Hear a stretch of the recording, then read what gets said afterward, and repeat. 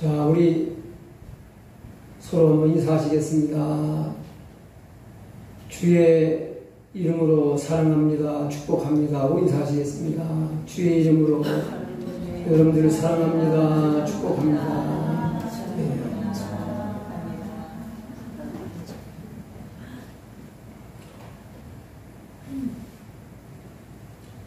찬송하리로다 감사하리로다 이런 제목으로 말씀을 드리겠습니다.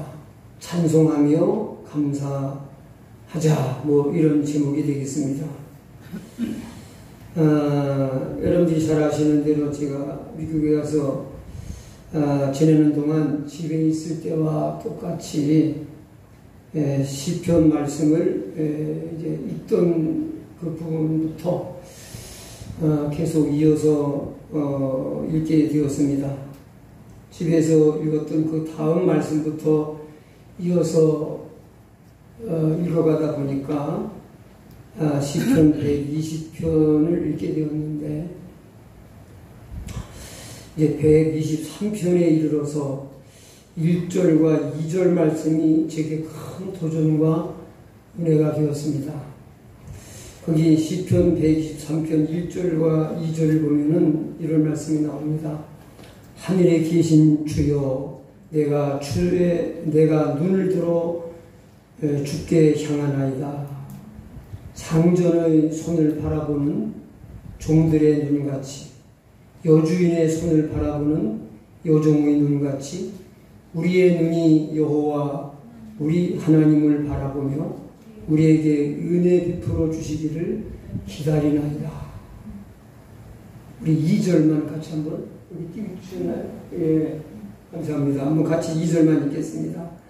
상전의 손을 바라보는 종들의 눈같이 여주인의 손을 바라보는 여종의 눈같이 우리의 눈이 여호와 우리 하나님을 바라보며 우리에게 은혜 베풀어 주시기를 기다리나이다.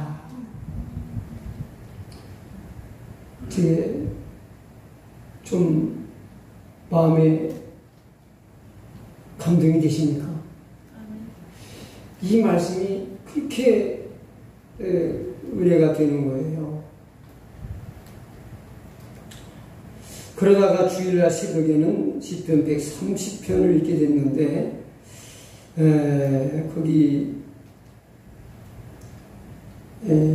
이제 5절로 7절을 보면은 나 곧 내 영혼은 여호와를 기다리며 나는 주의 말씀을 바라는도다. 파수꾼이 아침을 기다림보다 내 영혼이 주를 더 기다리나니 참으로 파수꾼이 아침을 기다림보다 더하도다. 이스라엘아 여호와를 바랄지어다. 여호와께서는 인자하심과 풍성한 속량이 있습니다. 특히 6절 말씀 한번 같이 읽으실까요? 파수꾼이 아침을 기다림보다 내 영혼이 주를 더 기다리나니 참으로 파수꾼이 아침을 기다림보다 더하도다. 시편 120편부터 그 시편 말씀 1절부터 시작되는 그 말씀 위에 보면은 그 표제어가 나오는데 그게 뭐라고 나올까요?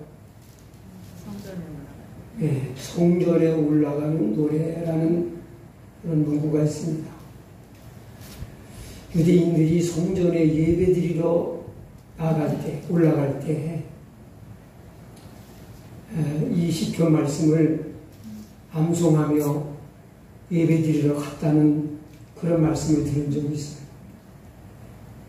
근데 쭉 보면은 대표적인 두 구절을 보셨지만은 거의 그런 내용으로 되어 있습니다. 시편 123편 2절 말씀에 이어서 또 130편 말씀이 저에게 주일날 아침에 큰 도전이 되고 큰 감동으로 다가와서 이 말씀을 가지고 하나님께 기도와 찬양을 드렸던 고백을 했던 시편 기자의 마음을 담아서 하나님께 간절히 기도를 드렸습니다.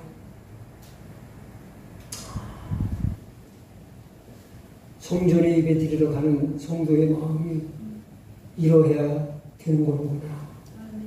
하나님, 시편 기자의 고백이 하나님 나의 고백이 되고 내 마음이 되게 해주세요 하고 간절히 기도하고 그날 이제 벨뷰 사랑의 교회라고 하는 우리 딸과 사이가 다니는 교회에 주일 예배에 참여를 했습니다.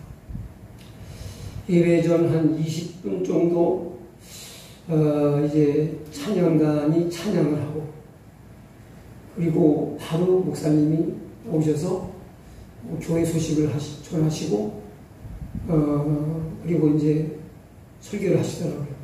설교 예배 순서가 굉장히 아주 심플해요. 근데 찬양 예배 전에 좀 예배 시작하기 전에 일찍 가서 찬양부터 우리는 그거를 준비 찬양이라고 흔히 그러는데 사실은 그때부터 예배입니다.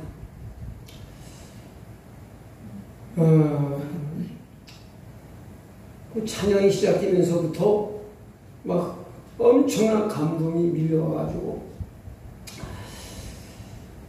잘 불러보지 않은 생소한 찬양들을 계속 이어서 부르는데 구구절절이 다 은혜가 되고 막 눈물이 막 쏟아져가지고 가뜩이나 잘 알지도 못하는 찬양이 가사도 노래 안 들어오는 거예요.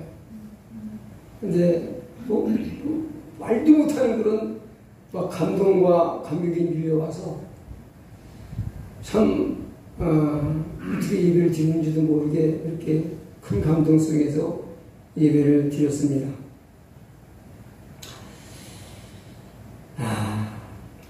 그래서 참 예배 드리러 가는 사람의 마음가짐이 중요하구나. 예배 드리러 가기 전에 하나님이 우연찮게 성전으로 올라가는 시편의 말씀을 읽으면서 그 시편 기자의 마음을 담아 기도했더니 하나님께서 시작부터 진짜 물붓듯이 부으시는 그런 은혜를 부어주셔서 다른 사람들은 좀 남 모르는 사람이 가서 왜 저렇게 울었을까 하고 이해를 못했을 거지만은 어쨌든 모든 게 다 은혜가 되고 너무 감격스러운 예배를 드렸습니다. 아마 제가 착각인지 몰라도 아마 그날 함께 예배한 성도들 그 누구도 나같이 감격스러운 예배를 드린 사람은 없었을 거라는 생각이 들 만큼 아주 감동스러운 예배를 드렸던 기억이 있습니다. 여러분들은 예배하러 성전에 나올 때에 오늘 어떤 마음으로 오셨습니까? 여러분이 하나님을 만나고 싶어하는 그런 기대와 사모하는 마음을 가지고 오셨다면은 하나님은 그냥 집으로 가게 하지 아니하실 것입니다. 여러분들이 인격적으로 만나주시고 큰 은혜를 부어주실 것입니다. 시편 130편 7절 상반절에 보면은 그런 말씀이 나오죠. 이스라엘아 여호와를 바랄지어다. 오 이즈리얼 분열 호 분열로 한 그런 문구의 성경 구절이 나옵니다. 그래서 우리 손주들한테 이 미국하고도 좀 그 교회가 있는 지역과 저희 자녀들이 사는 지역이 좀 부유한 사람들이 모여 사는 동네라고 그러더라고요. 그래서 그런지 이런 사모하는 마음들이 많지 않은 것 같아요. 하나님을 바라는 마음이 너무 없는 것 같아요. 하나님을 기대하고 하나님을 갈구하는 마음이 너무 부실한 것 같아요. 그래서 이 개구쟁이 두 손자들이 한국말은 두 마디도 못하고 영어를 너무 잘해가지고 이 말씀을 짧으니까 내가 좀 대리에다 집어넣어야 줘야 되겠다고 하니까 잘 안 따라서요. 지가 하고 싶은 얘기는 막 제잘제잘 떠들어대는데 푸인덜 하느니 너는 하나님을 바라라. 하나님 말씀을 좀 집어넣어 주려고 다 다른 것만 바라고 세상 것만 바라고 돈만 바라고 세상의 행복만 바라고 하나님을 바라는 마음이 애비부터 또 어린아이까지 없는 것 같아가지고 제발 하나님을 바라고 사모하며 살라고 하는 그런 마음으로 이걸 좀 집어넣어 줘 보려고 하니까 잘 안 따라해요. 자, 오늘 여러분 하나님의 은혜를 기대하시기 바랍니다. 사모하시기 바랍니다. 하나님은 사모하는 영혼을 만족하게 하신다고 했습니다. 자, 여러분 우리의 신앙은 어디에서 출발한다고 생각하십니까? 저는 우리의 신앙은 하나님께서 우리 사람과 천지 만물을 지으신 창조주라는 사실을 인정하는 데서부터 우리의 믿음은 출발을 합니다. 그래서 우리 사도신경으로 신앙을 고백하면서 드리는 고백의 첫 마디가 뭡니까? 나는 전능하신 아버지 하나님 천지의 창조주를 믿습니다. 하나님이 우리의 창조주가 되시는 것을 믿습니다 하는 고백으로 우리의 믿음의 고백이 시작되잖아요. 이거를 부정하면은 성경의 모든 진리는 말이 안 되는 거예요. 그렇죠? 여러분, 우리 하나님께서 우리 사람과 천지 만물을 지으셨다는 것을 믿으십니까? 네, 이거 꼭 믿으셔야 됩니다. 이건 진리고 변할 수 없는 진리입니다. 하나님은 우리 사람과 천지 만물을 지으신 창조주가 되십니다. 그런데 오늘 본문 말씀 3절 4절이 어떤 말씀을 하고 있는지 한번 3절 4절을 같이 읽겠습니다. 찬송하리로다 하나님 곧 우리 주 예수 그리스도의 아버지께서 그리스도 안에서 하늘에 속한 모든 신령한 복을 우리에게 주시되 곧 창세전에 그리스도 안에서 우리를 택하사 우리로 사랑 안에서 그 앞에 거룩하고 흠이 없게 하시려고 하는 말씀이 나옵니다. 특별히 4절에 보면은 곧 창세 전에라는 말씀이 나옵니다. 그러면 하나님께서 천지 만물을 창조하셨다는 것을 전제로 하고 이제 이 말씀이 선포되고 있다는 사실을 말씀하고 있는 겁니다.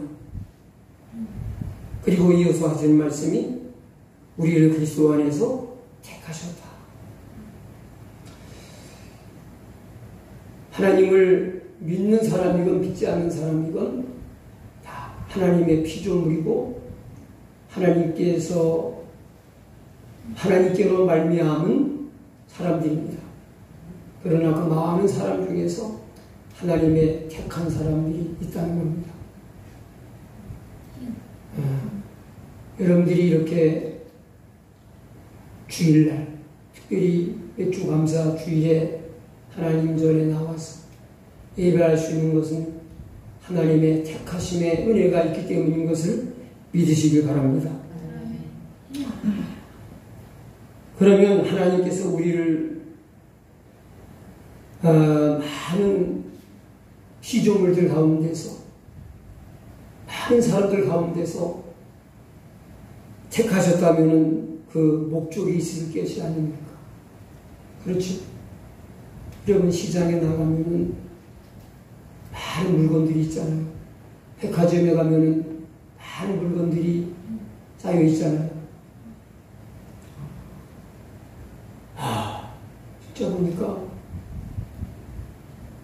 지금 이 시대는 가난하게 사는 분들은 가난하고 힘들게 사는 분들도 많이 있겠지만 참 풍성하고 부유한 시대인 것 같아요. 어마어마한 물건들이 그 대형마트에 쌓여 있는 걸 보면 이거를 누가 다 사가지? 이 어마어마한 거.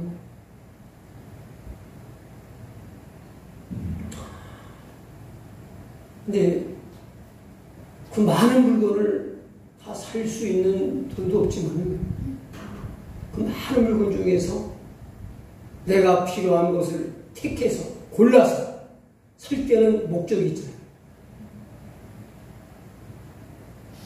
그 뭐라고 샀습니까? 그러면 그냥 돈이 있어 샀어요. 그런 사람은 없어요. 필요해서 산 거지. 목적이 있어서 산 거지. 하나님께서 사람을 지으시고 저와 여러분을 자녀로 택하여 불러주신 데는 목적이 있다는 말입니다. 그 목적에 맞게 사는 것이 우리의 행복이 된다는 것을 여러분이 깨닫게 되시기를 바랍니다. 여러분들에게 질문을 드립니다. 첫 번째 질문은 하나님께서 그리스도 안에서 우리를 택하신 목적이 무엇이냐? 무슨 목적으로 저와 여러분을 택하셨느냐? 하는 질문을 드리고 싶습니다. 4절을 읽겠습니다. 4절. 곧 창세전에 그리스도 안에서 우리를 택하사 우리로 사랑 안에서 그 앞에 거룩하고 흠이 없게 하시려고. 예, 이게 보면은 그리스도 안에서 우리를 택하셨다 그랬죠. 방금 택하신 게 아니라 지난해 택하신 것이 아니라 창세전에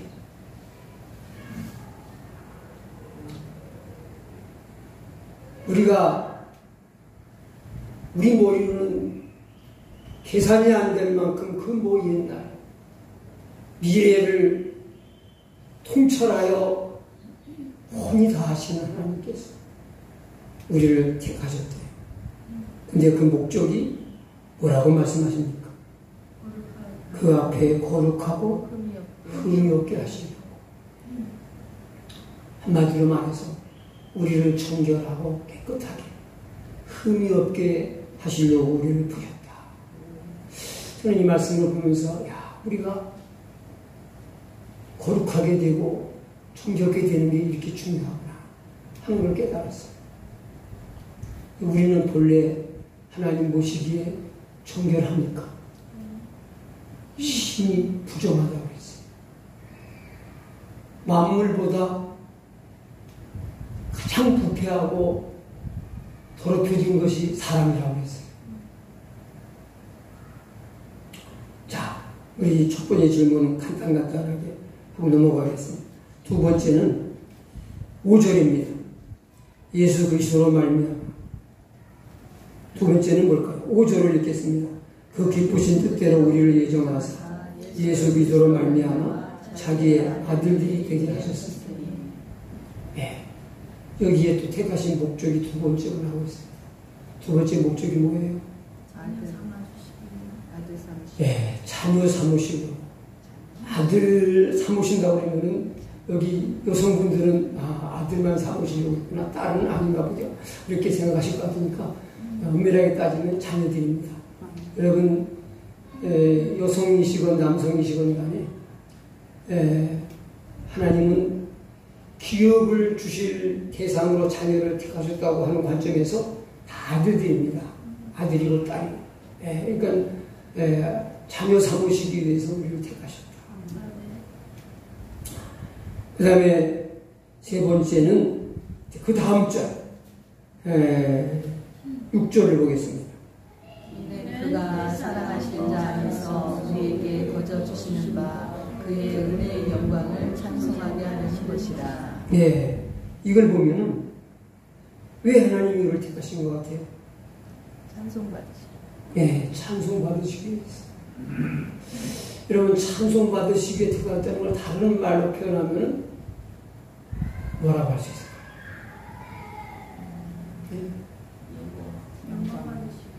영광 받으시기 위해서. 네, 그것도 맞아요.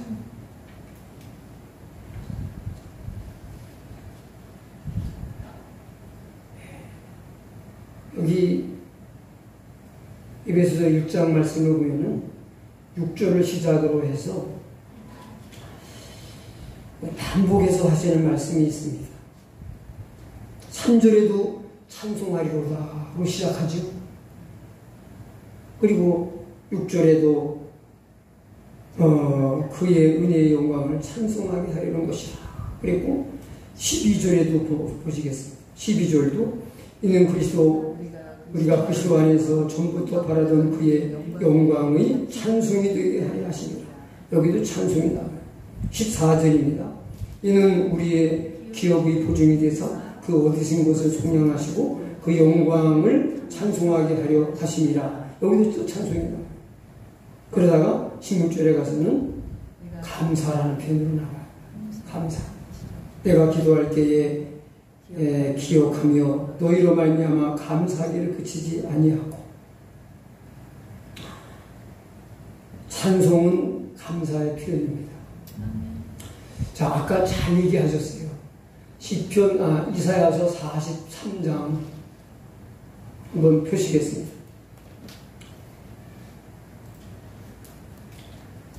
이사야서 43장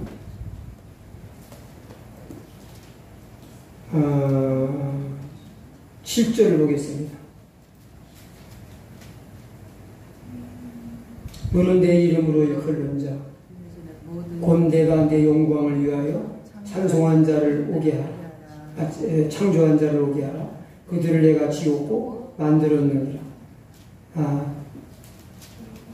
내 이름으로 일컬는 자 곧 내가 내 영광을 위하여 창조한 자라고 그러죠. 그래서 영광 찬양 받으시기 위해서 우리를 택하셨다는 말은 영광 받으시기 위해서라는 말씀도 맞아요. 그런데 하나님이 가장 영광 받으시는 기뻐하시는 일 중에 하나가 뭐냐 하면은 시편 50편 말씀을 보면은 어떤 말씀이 나오는지 한번 찾아보겠습니다. 시편 50편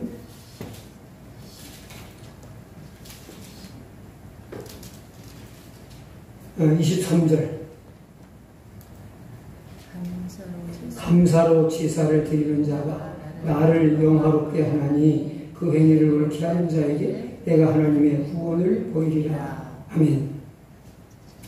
감사로 제사 드리는 자가 나를 영화롭게 한다는 말은 하나님을 영광스럽게 한다는 말입니다. 그래서 결국은 찬송 받으시기 위해 택하셨다는 말은 감사를 받으시기 위해서 우리를 택하시고 우리를 구원하셨다는 말씀인 겁니다. 그리고 시편이 아니라 이사야서 43장 21절에 보면 아까 7절을 보였죠. 7절에는 하나님이 우리를 영광 받으시기 위해서 지으셨다고 했고, 조금 뒤로 가서 21절에 보면은 내 백성은 내가 나를 위하여 지었나니 나를 찬송하게 하려 함이니라. 찬송 받으시기 위해 지었다. 여러분, 삶이 힘들고 때로는 너무 힘겨워서 주저앉고 싶을 만큼 어려우셔도 힘드셔도 억지로라도 감사하며 사시기 바랍니다. 아멘. 하나님은 힘들어도 감사하며 살면은 감사할 일을 주세요. 아멘. 감사할 일이 우리에게 찾아오도록 이끌어 주세요.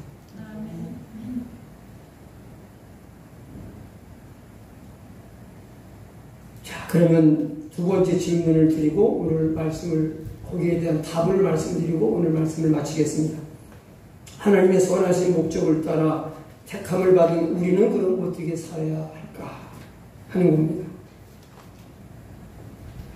하나님의 선하신 목적을 따라 택함 받은 우리는 그 목적에 따라 사는 것이 마땅할 줄로 믿습니다.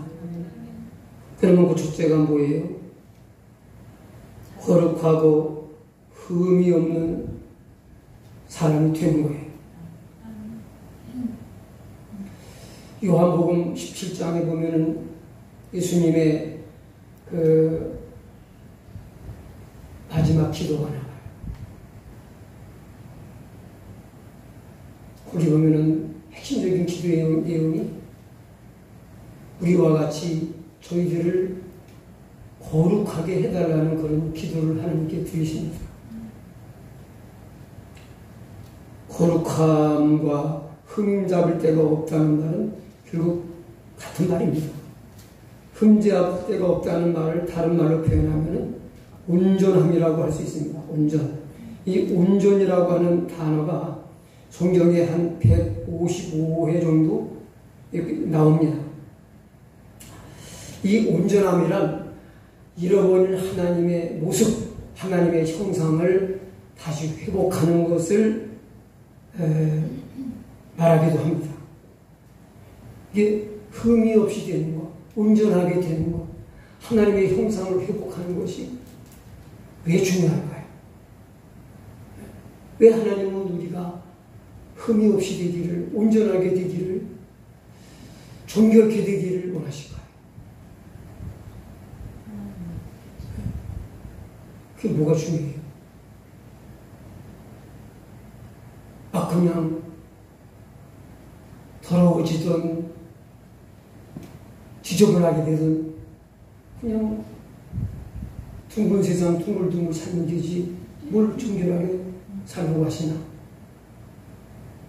하나님이 온전하시니까 온전 하나님이 온전하시니까 우리도 온전하고. 예. 하나님이 온전하시니까 하나님 모습대로 그렇게 살기를 하셔서. 예. 우리 권사님 말씀도 맞는 말씀이고 또 이제 하나님이 원하시는 답입니다. 자, 그러면 그래서 예수님도 이렇게 말씀했어요. 하늘에 계신 너희 아버지의 온전하심과 같이 너희도 온전하라 그랬어요. 근데 이게 가능합니까? 가능하지 않아요. 불가능한 일이에요. 할 수 없는 일이에요. 저도 죽었다 깨어나도 되지 않는 일을 지금 하라고 그러시는 거예요. 그럼 하나님이 할 수 없는 걸 뻔히 하시면서 하라고 하시는 건가요? 그렇게 될지어다 하고 우리에게 도전해 오시는 것은 무슨 이유입니까? 7절에 답이 있습니다. 7절 읽겠습니다. 우리는 그리스도 안에서 그의 은혜의 풍성함을 따라 그의 피로 말미암아 속량 곧 죄의 사함을 받았느니라. 네. 속량 곧 죄의 사함이 뭐예요? 정결하게 되는 거예요. 깨끗하게 되는 거예요. 흠이 없이 되는 거예요. 우리는 죽었다가 깨어나도 정결하게 흠이 없이 될 수가 없어요. 흠이 많아요. 허물이 많아요. 실수가 많아요. 씻고 또 씻어도 또 씻을 죄가 또 생겨요. 그래서 마르지 않는 보혈의 샘으로 죽을 때까지 씻으면서 정결한 모습으로 내게 오라고 하나님이 예수 그리스도를 보내셨어요. 우리를 위해서 죄를 씻는 정결한 피를 흘리게 하신 거예요. 그러므로 그 보혈의 은혜 안으로 오라는 거예요. 네. 여러분 누가 목욕탕에 가요? 아침에 목욕한 사람이 목욕탕에서 목욕 깨끗하게 한 사람 젖을 보고 또 가요. 네. 그런 사람이 있다면 그 사람은 좀 정신적으로 결벽증이 있는 좀 이상한 사람일 거예요. 네.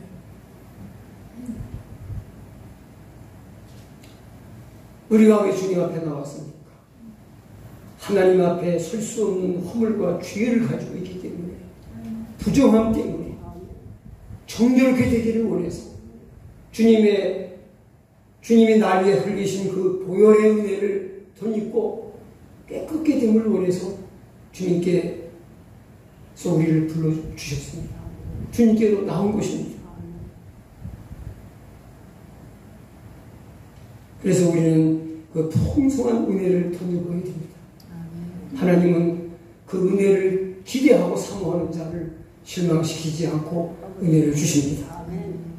그 은혜 안에서 그 은혜를 굳게 붙잡고 그 은혜 안에서 살아가야 됩니다. 아멘. 그 다음에 우리는 하나님의 자녀로서 우리는 예수 그리스도 안에서 그의 은혜로 그의 피로 속량을 얻었습니다. 죄의 씻음을 받고 정결함을 얻었습니다. 그리고 하나님의 자녀가 되는 권세를 얻었습니다. 그러면 어떻게 살아야 돼요? 하나님의 자녀답게 살아가야 돼요. 그 기쁘신 뜻대로 우리를 예정하사 예수 그리스도로 말미암아 자기의 아들들이 되게 하셨으니 그랬잖아요. 네.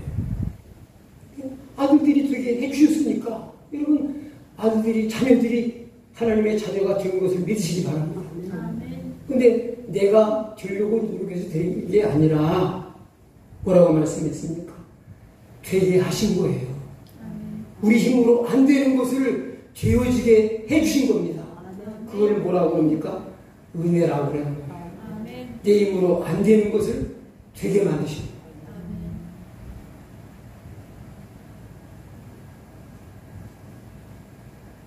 거예요. 내 안으로 내 앞으로 와라. 나를 믿으라. 나를 의지하라. 나를 바라봐라. 너 잘 안 되지? 내가 되게 해줄게.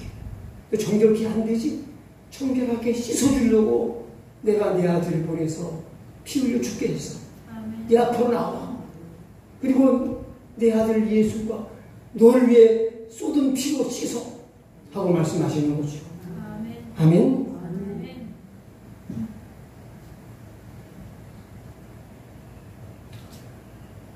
그럼 자녀답게 산다는 게 뭘까요? 네? 여러분 하나님의 자녀 되심을 믿습니까? 네, 그러면 자녀답게 사셔야 돼요. 자녀답게. 저도 목사지만은 어떤 때는 참 자녀답게 못 살고 좀 찌질하게 사는 것 같아요. 날 보고 너무 내 초라함과 부족함을 보고 그리고 아주 어깨 펴고 의연하게 좀 자신감 있게 살지 못하고 좀 소극적으로 사는 것 같아요. 제가 묵상을 했습니다. 자녀로서 자녀답게 사는 게 뭘까를 기도하니까 하나님이 깨달음을 주시더라고요. 세 가지로. 제가 참 공항에 막 도착을 하자마자 우리 처제님께서 전화를 하셨어요. 우리 사모님 동생 분이 요양원을 하고 있는데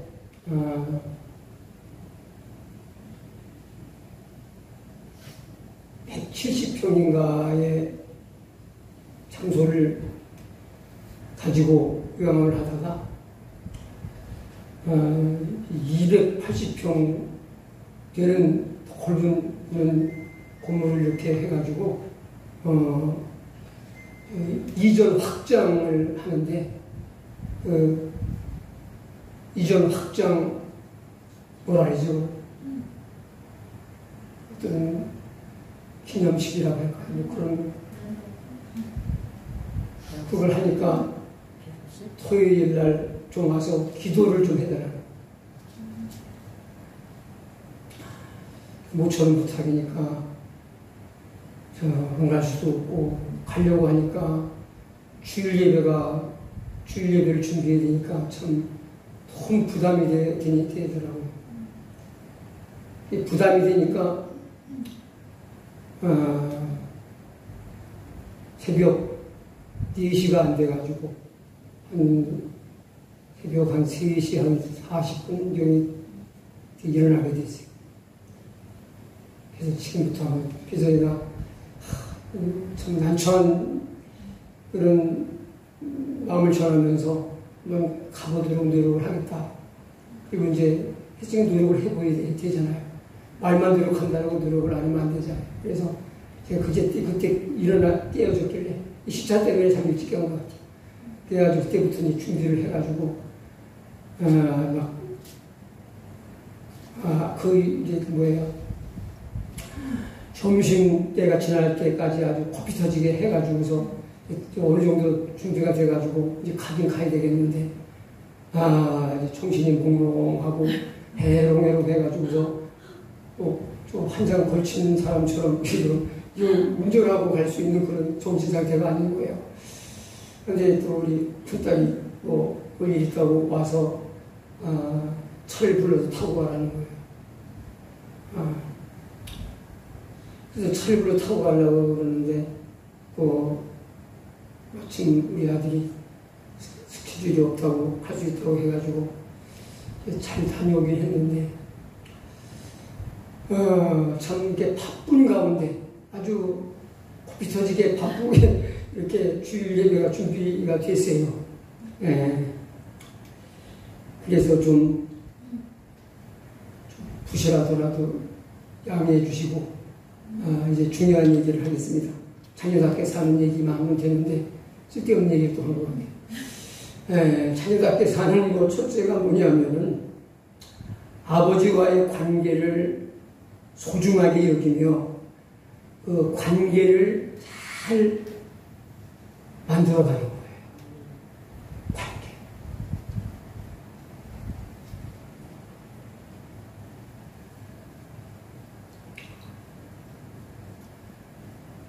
근데 아버지와 자녀 관계는 맞는데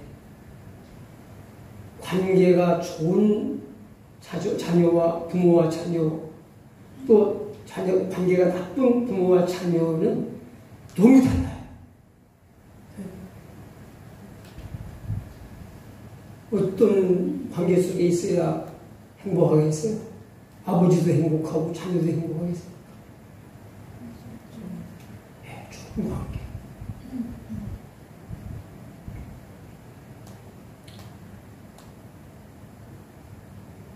탕자가 아버지의 아들 맞아요. 근데 아버지와의 관계를 소홀히 하고 중요하게 여기지 않고 아버지를 떠나가잖아요.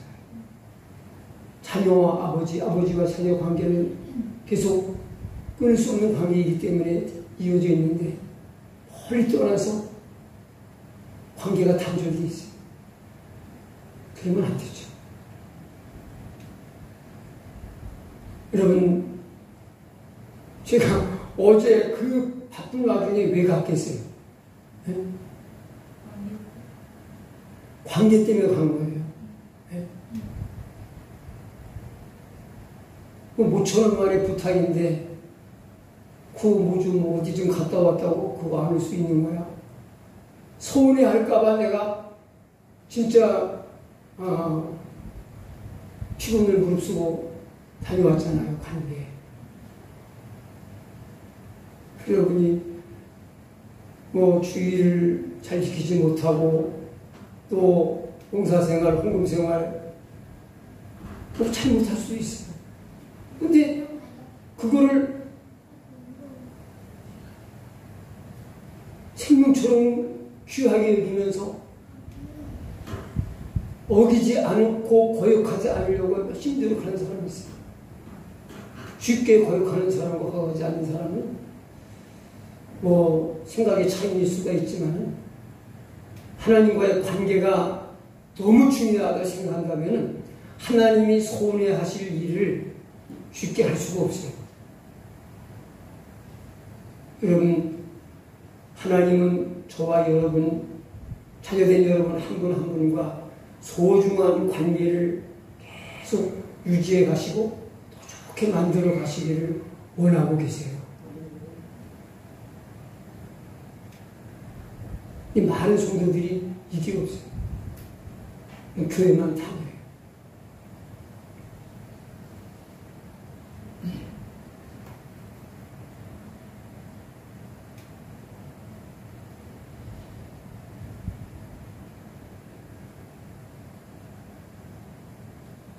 여러분, 하나님과의 관계가 어떠십니까? 어떻게 아주 친하십니까? 좀 서먹한 관계가 됐습니까? 하나님과의 관계가 여러분이 너무너무 좋으시면요, 여러분의 삶이 좋아져요. 아멘. 행복할 수 있어요. 아멘.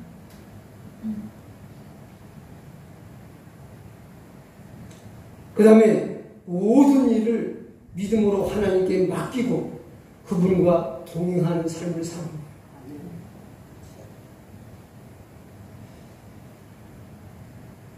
우리 저도 그렇지만 여러분도 마찬가지일 거예요.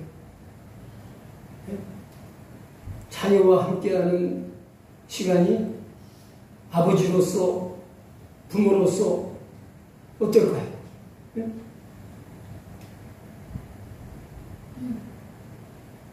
이제 나이가 먹고 출가하고 이렇게 되면은 점점 같이 하는 시간이 적어지죠. 아주 어려워지죠. 그럼에도 함께 할 수 있는 시간은 참 좋은 시간인 것 같아요. 하나님은 아버지로서 여러분과 늘 함께하는 동행하는 삶을 원하고 계세요. 여러분, 에녹이 누구도 원치 않는 그 죽음을 경험하지 않고, 사람으로 태어난 사람은 한 번 죽는 건 정하신 것이기 때문에 죗값으로 죽어야 되는데 죽음을 맛보지 않고 들림받아 하나님 나라로 직행했잖아요. 네. 천국 가는 직행 버스가 있어요. 뭐 직행 버스인지 직행 비행기인지 직행 열차인지는 모르겠는데 어떤 직행 탄 사람이 성경에 흔치가 않아요.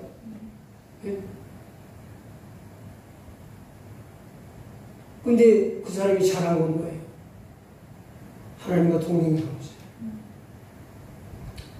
제가 참 하나님과 동행하는 그런 삶을 이번에 참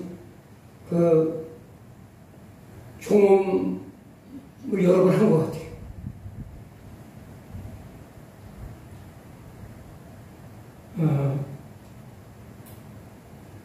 저희 딸과 사위와 딸이 차를 둘 다 직장을 다니는데 차를 한 대 가지고 쓰고 있어요. 근데 거의 이제 우리한테 저하고 딸한테 차를 맡기는데 그날은 우리 사위가 차를 가져가야 될 수밖에 없는 그런 상황이라서 이제 집에만 있을 수가 없어가지고 차가 없으면 거기는 걸어서 갈 데가 아무데도 없어요. 차를 가지지 않으면 그냥 그 아파트 그 테두리 안에 거기서는 왔다 갔다 해야 돼요. 그래서 이제 걸어서 버스 타고서 좀 어디 다녀오려고 바람 쐬러 나가려고 세 식구가 나갔어요.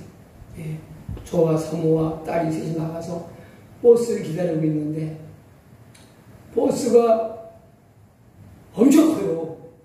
긴 버스는 이게 열차인지 기차인지 잘 모르겠어요. 버스를 2개 이어놓은 것 같은 그런 버스도 있거든요. 사람은 몇 사람 안 탔어요. 근데 이용하는 사람이 많지 않으니까 아주 쉽게 하니까 배차 시간이 너무 느리느리 있는 거예요. 근데 마냥 버스를 시간 보고 이제 이렇게 스마트폰을 보고 시간 맞춰 나가서 이제 기다리고 있는데 차가 한 대 와가지고서 이렇게 우리를 보시는 거예요. 보면서 위리를 내리고서 어디 가시려고 여기 버스 기다리시는 거냐고 물어요. 그래서 벨뷰 시내를 가려고 그런다 보니까 여기 타시라는 거예요. 한국인이에요. 한국말을 하고. 근데 사실 미국에서는 아무나 차를 태워주지도 않지만 타려고도 안 하는 데인데 우리 딸이 조금 타더라고요. 그래서 타도 되나 보다 하고 탔어요. 타서 딱 보니까 그 셀폰으로다가 그 영상을 보고 있는데 새롭게 하소서를 보다가 그걸 이제 끄더라고요. 이분이 신장하구나. 그래서 이제 내가 그걸 이제 알아차렸어요. 신장을 알아차렸는데 가면서 이런 얘기 저런 얘기를 하다 보니까 시애틀에서 가장 큰 교회가 형제교회라고 하는 교회입니다. 근데 형제교회 그 운전사가 여자분이었는데 여자 장로님이신 거예요. 자기가 우리 딸이 사는 동네는 그 이사파라는 건데 이사파의 병원에 갔다가 집으로 가는 길에 보니까 꼭 한 분이 꼭 환자 같은데 이 차를 기다리는 것 같더라고요. 그래서 그냥 지나쳤는데 계속 마음이 걸려가지고서 갔다가 돌아왔다는 거예요. 그 장신의 집에 오서 얼마 멀지 않은데 계속 마음이 걸려가지고서 집에 갔다가 돌아와가지고서 우리를 픽업해가지고서 비비신대까지 우리 가려고 하는 목적에 태워다 주고 이제 목적지 데려다 주기 전에 이제 저녁 때가 거의 됐어요. 그때 그래가지고 식사를 대접하겠다는 거예요. 그래가지고 제 식구 또 식사를 대접해서 목적지에 데려다 주고 이제 가셨는데 참 신기하더라고요. 그런 얘기를 시작으로 해서 뭐 이 셀폰 잊어버렸다가 찾은 거 또 이번에 아주 질리도록 실컷 많이 한 게 있습니다. 이제 비행기를 많이 탔다는 거. 이제 한 7번 이상 비행기를 갈아탔는데 그러면서 생전 처음 가는 그런 상황을 맞이하고 또 우리 딸도 이제 남의 나라를 가잖아요. 캐나다를 고책하고 그러니까 참 우여곡절이 많았습니다. 그런 속에서 뭐 하나하나 저는 원래 그럴 때마다 하나님께 기도했습니다. 셀폰을 잊어버리고 이제 큰일 났더라고요. 거기 많은 정보들이 다 들어있는데 저는 이제 잠금장치도 안 하고 귀찮으니까 그냥 하려고 하나 하고 있는데 가면서 관계를 하더라고요. 그래서 기도했죠. 근데 기도할 때마다 하나님과 항상 교통하고 동행하고 기도하는 삶을 사니까 그때 찾긴 찾아야 되는데 이걸 찾을 방법이 어디가 이걸 찾을 수 있을지 모르겠는 거예요. 잔디까지 쫙 펼쳐져 있고 앞에 호수가 있는데 이제 아이들하고 바람 쐬러 나갔다가 잊어버린 거예요. 바람도 쐴 겸 또 우리 딸 운전도 좀 갖춰줄 겸 겸사겸사 이제 나갔는데 여기서 그 넓은 잔디밭에 어디 떨어진지 알 수가 없어요.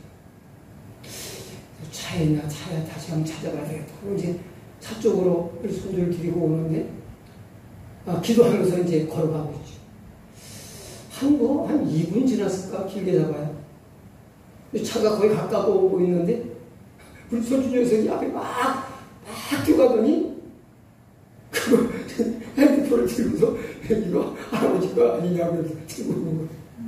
잔디 가지고 주워가지고 그 넓은 전기밭에 그 아이에 뛰어가는 그 앞에 떨어져 있어가지고 주워오고 정말 그런 기도하고 나서 2분 3분이 안 지나가지고서 바로바로 응답이 돼가지고서 문제를 해결했던 일들이 한두 번이 아니에요.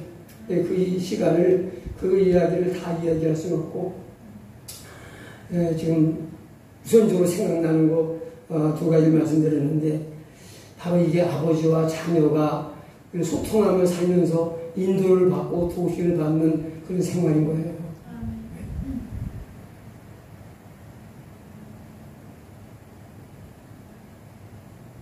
근데 젊고 나보다 돈 잘 벌고 그러니까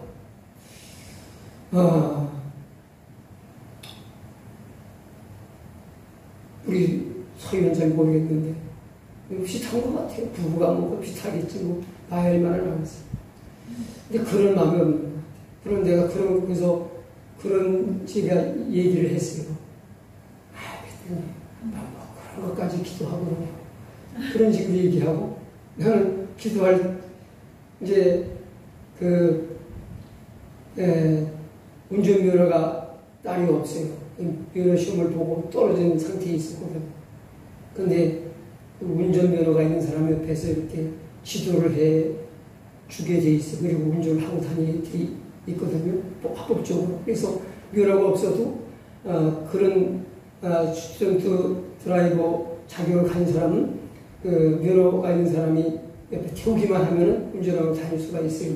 그래서 이제 운전을 옆에서 같이 이제 지도를 해줬는데, 그리고서 있다가 이제 그 다음 시험에 합격해서 면허를 따도록 도와주고, 그리고 제가 오게 됐는데,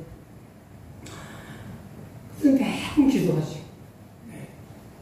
소심하고 겁이 많아가지고 아주 너무너무 조심을 해도 너무 조심을 해가지고서 좀 답답한 면이 있어요. 그러니까 그러다 보면 또 오히려 너무 소심하고 너무 겁이 많아도 이게 또 잘 되는 게 아니라 실수가 나오니까 매번 기도를 하죠. 우리는 하나님의 도우심이 없이는 이 복잡한 세상을 온전하게 살 수가 없어요. 내 힘으로 안 되는 일이 너무 많지 않습니까?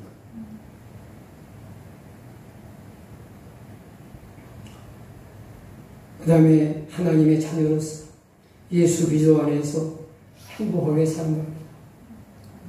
기뻐하라고 그랬잖아요. 그럼 다르게 표현하면 주 안에서 행복하게 살라는 거죠. 여러분, 부모 되신 여러분들도 자녀가 행복하게 사는 것을 타고나고 계시지 않습니까? 우리 하나님, 좋으신 우리 하나님도 마찬가지세요. 자녀된 우리가 그 은혜 안에서 행복하기를 원하세요. 자녀답게 사는 게 그게 어려운 게 아니더라고요. 우리도 원하는 거예요.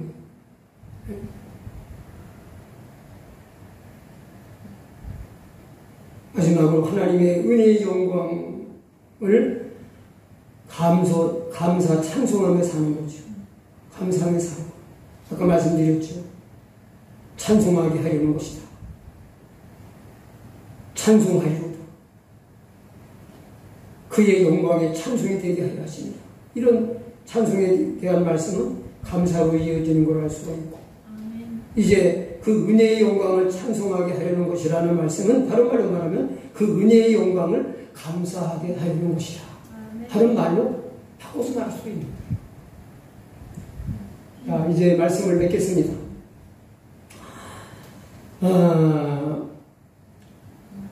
우리 사람을 망각의 동물이라고 그렇게 말들을 합니다.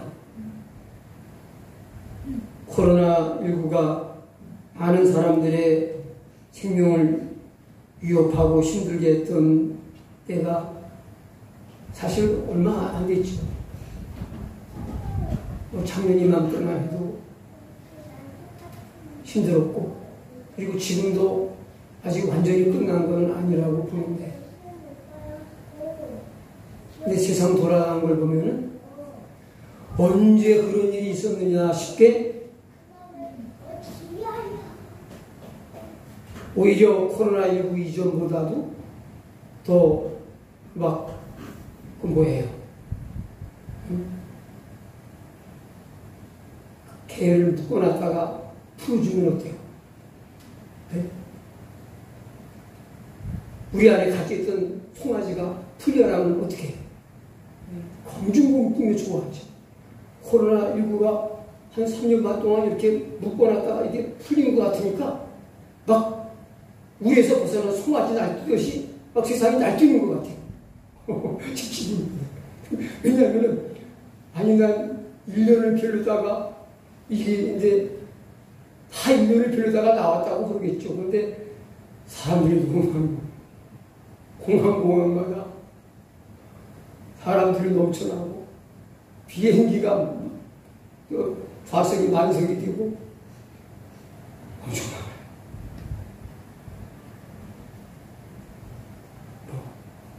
자기 돈 가지고 여행 다니는 것을 누가 뭐라고 하겠습니까만, 그러나 저는 코로나19의 어려운 시기를 보내면서 우리가 좀 세상을 즐기는 것을 절제하라고 하시는 하나님의 사인이 아닌가 그런 생각을 했어요. 육신의 즐거움, 세상 것을 좀 절제 있게 있는 사람은 너무 물쓰러 써대고 없는 사람은 너무 가난해서 굶어 죽고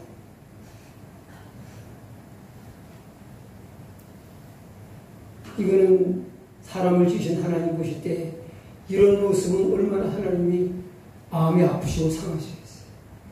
가진 사람들이 조금씩 나누고 산다면은 세상에는 굶는 사람이 없게 하나님은 풍족히 주셨습니다. 아멘.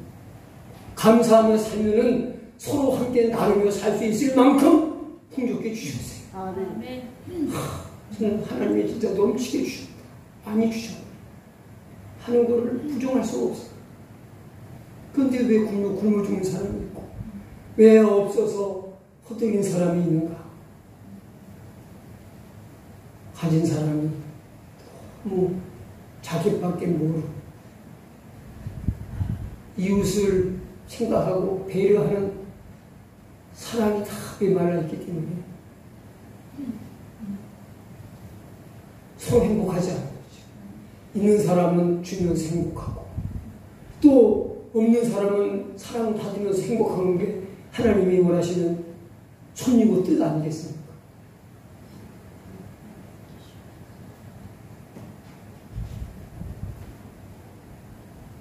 사람에게는 교훈이 되고 마음이 새길 만한 좋은 일들은 잘 잊어버리는 경향이 있고 잊어버려야 될 것은 잊어버려야 될 것은 나쁜 것들이겠죠. 나쁜 것들은 마음 깊숙이 새겨두는 그런 나쁜 습성이 있는 것 같아요. 우린 그걸 좀 바꿔야 되겠어요. 감사할 만한 좋은 일들, 은혜로운 일들, 고마운 일들, 우리 그거를 잊어버리지 말고 나쁜 기억들은 하나님 은혜의 지우개로 싹 지워 없애버려야 돼요. 그리고 우리는 은혜를 베풀어 주신 하나님께 마땅히 감사하며 사는 일을 잊지 말아야 될 줄로 믿습니다. 우리 모두 하나님의 크신 은혜를 찬송하며 감사하며 살 수 있기를 축원합니다. 우리 기도하겠습니다. 하나님 아버지 감사합니다. 하나님께서 우리들에게 많은 은혜를 베풀어 주셨는데 특별히 예수 그리스도 안에서 우리에게 넘치는 사랑과 은혜를 주셔서 죄 사함 받게 하시고 하나님의 자녀가 되게 하시고 천국의 백성이 되게 하셨는데 저희가 하나님의 은혜를 잊어버리고 사는 때가 너무나 많았습니다. 하나님의 은혜를 기억하며 하나님을 이제 아버지로 인정하고 좋은 관계를 의지하며 살게 해주시고 하루하루의 삶을 하나님과 동행하며 하나님과 늘 대화하며 교제하며 살도록 도와주옵소서. 하나님의 도우심과 은혜 속에서 자녀된 우리 모두가 행복하게 살기를 원하시는 하나님 앞에 기쁘게 감사하며 하나님 은혜 속에 살아가는 하나님의 복된 자녀들이 다 되게 하옵소서. 예수님의 이름으로 간절히 기도합니다. 아멘. 우리 2099번 찬양하겠습니다.